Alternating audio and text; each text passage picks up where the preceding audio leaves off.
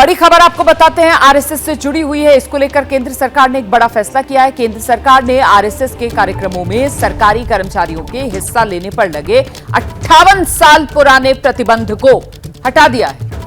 नए फैसले के बाद अब सरकारी कर्मचारी आरएसएस के कार्यक्रमों में शाखा में शामिल हो सकेंगे। केंद्र सरकार के इस फैसले का कांग्रेस पुरजोर विरोध कर रही है।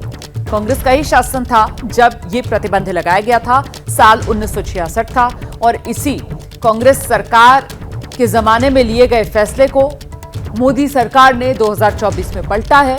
आरएसएस के कार्यक्रमों में सरकारी कर्मचारी शामिल हो सकते हैं। 58 साल पुराना प्रतिबंध जो अब सरकार की तरफ से हटा दिया गया है। दरअसल लोकसभा चुनाव के परिणाम आने के बाद से बीजेपी और संघ के रिश्तों को लेकर तरह तरह के कयास लगाए जा रहे हैं, बयानबाजी हो रही है। कांग्रेस लगातार बीजेपी पर हमला कर रही है और ऐसे में कांग्रेस ने सरकार के इस फैसले की तीखी आलोचना की, जिसमें आरएसएस की गतिविधियों में शामिल होने को लेकर 6 दशक पुरानी पाबंदी को हटा दिया गया है।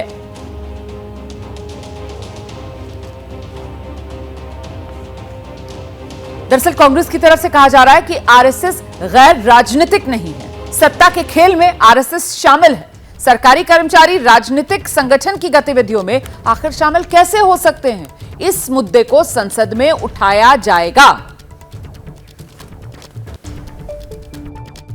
अब सरकारी कर्मचारी भी आरएसएस की गतिविधियों में शाखाओं में भाग ले पाएंगे, क्योंकि इस पर जो प्रतिबंध लगा हुआ था उसे मोदी सरकार ने हटा लिया है। इसको लेकर कांग्रेस घेर रही है मोदी सरकार को। क्या दलील है? मेरे साथ बात करने के लिए प्रमोद तिवारी जी हैं, राज्यसभा में कांग्रेस के उपनेता। ये प्रतिबंध जो हटा है सर, इससे इस पर आप लोग आपत्ति क्यों जताएं?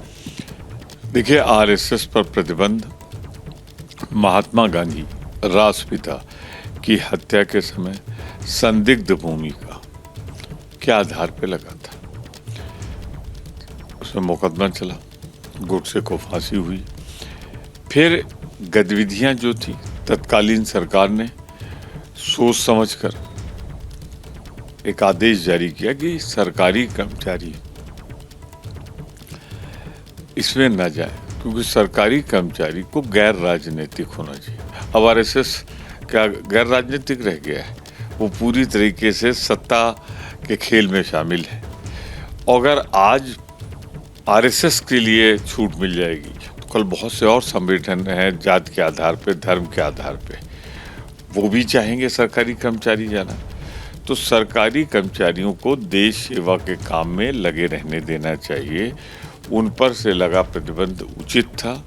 उन्हें राजनीतिक कामों में हस्तक्षेप न करने दिया जाए, एक विचारधारा न थोपी जाए, वरना दूसरी विचारधारा, तीसरी विचारधारा, और सरकारी कर्मचारी अपना दायित्व पूरी तरह निर्वाहित नहीं कर पाएंगे। एक इसमें आखिरी सवाल कि क्या इस मसले को आप लोग संसद में उठाएंगे? और निश्चित रूप से संसद में हम उठाएंगे। आज मौका लगा तो आज, कल मौका लगा तो कल, निश्चित रूप से। क्या ये मांग रहेगी कि वापस से जो प्रतिबंध का आदेश था उसको बहाल किया जाए? क्योंकि बीजेपी कह रही है कि जब ये आदेश आया था वो गैर संवैधानिक था, उसको ठीक किया है मोदी सरकार ने। इस पर क्या जवाब? वो तत्कालीन परिस्थितियों में सोच समझकर सरकारी कर्मचारियों को, बहुत से लोगों की विचारधारा एक सांप्रदायिक संगठन है, बहुत से लोगों की विचारधारा है कि इसकी एक दिशा है जो सबको साथ लेके नहीं चलती है। बहुत से लोगों की विचारधारा है कि कभी आरएसएस के मुख्यालय पे तिरंगा नहीं फहराया गया बहुत दिनों तक। तो जिसमें राष्ट्र के प्रति अपना संविधान न माने, तो निश्चित रूप से सरकारी कर्मचारियों को ऐसे संगठन का सदस्य बनने के लिए प्रेरित कर रहे हैं। फिर ये यहीं तक नहीं रुकेगा। अभी तो ये होगा आप कर सकते हैं, फिर करने की व्यवस्था डाली जाएगी।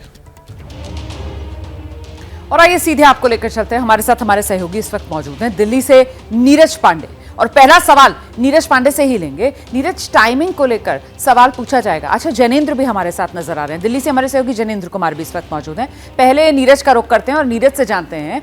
नीरज, टाइमिंग को लेकर यहाँ पर सवाल पूछा जाएगा और इस रूप में पूछा जाएगा कि साहब पिछले 10 साल से भी मोदी सरकार और ये 11वां साल, ऐसे में अब अगर सरकारी कर्मचारी आरएसएस की गतिविधियों में शामिल हो सकते हैं, ये रोक हटाई जाती है या ये 1966 में लिया गया फैसला पलटा जाता है, तो खासतौर से 4 जून के बाद जिस तरीके के बयान आरएसएस की तरफ से आ रहे थे और जिनसे ये कहा जा रहा था कि साहब ये तल्खी बढ़ती हुई नजर आ रही है आरएसएस और बीजेपी के बीच, उसी को दूर करने और उस दूरी को पाटने की एक कोशिश के तौर पर यह फैसला?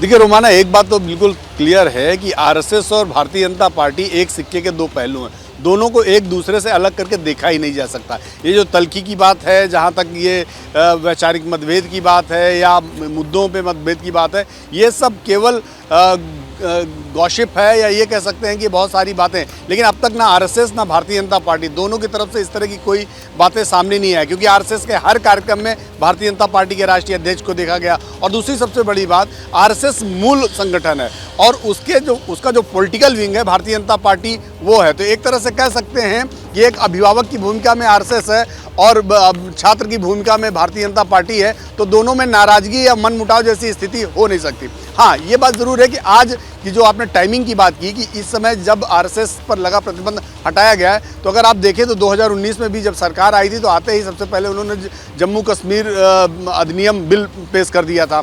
अभी इस बजट सेशन से पहले भारतीय जनता पार्टी और सरकार ने आरएसएस पर से प्रतिबंध हटा लिया। और आरएसएस से प्रतिबंध नहीं हटा, बल्कि जो सूची थी कि प्रतिबंधित सूची जिनमें सरकारी कर्मचारी नहीं जा सकते हैं, उस सूची से आरएसएस को हटा दिया। तो कहने का मतलब ये कह सकती हैं आप, ये टाइमिंग का सवाल खड़ा किया जा सकता है। लेकिन रोमाना, इस बात को समझना बहुत ज़रूरी है कि भारतीय जनता पार्टी की सरकार है और भारतीय जनता पार्टी के मूल संगठन पर प्रतिबंध है।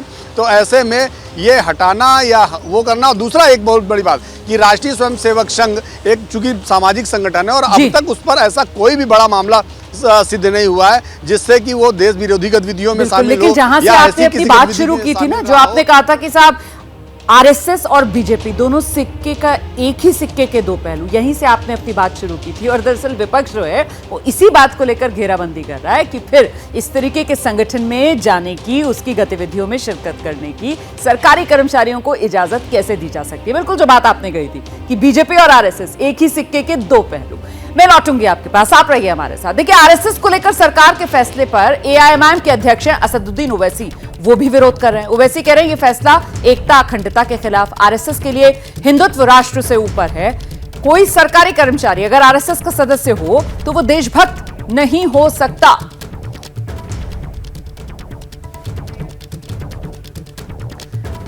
तो ये विपक्ष की तरफ से जिस तरीके के हमले बोले जा रहे हैं, जिस तरीके की आपत्ति जताई जा रही है, वो अलग अलग बयान हम आपको दिखा रहे हैं। और इस बीच जैनेंद्र का रुख करते हैं और जरा जैनेंद्र से जानते हैं। जैनेंद्र, कांग्रेस पार्टी और अभी प्रमोद तिवारी से जो आपने बातचीत की थी वो हम दर्शकों को दिखा रहे थे, उन्हें आपत्ति इसी बात को लेकर, तर्क वो यही दे रहे हैं जो अभी नीरज पांडे ने कहा कि इस बात को समझना होगा कि आरएसएस और बीजेपी एक ही सिक्के के दो पहलू हैं। यही बात कांग्रेस कह रही है और इसी वजह से कह रही है कि इजाजत कैसे दे सकते हैं आप किसी राजनीतिक गतिविधियों में सरकारी कर्मचारियों को शामिल होने पर। जैनेंद्र।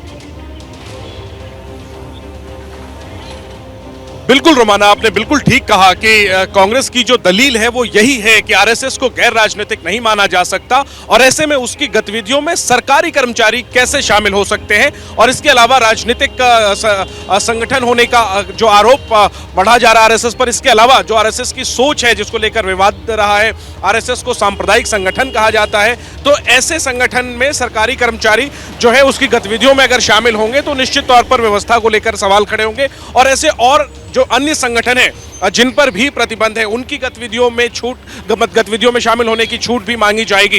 यही वजह है कि कांग्रेस पार्टी सरकार के इस फैसले पर सवाल उठा रही है और साथ में जो राजनीतिक तंज है वो भी कसा जा रहा है। जो आपने भी सवाल ये पूछा नीरज जी से कि क्या आरएसएस और बीजेपी के रिश्तों में जो एक खटास की बात कही जा रही है उसके मद्देनजर क्या ये फैसला लिया गया है।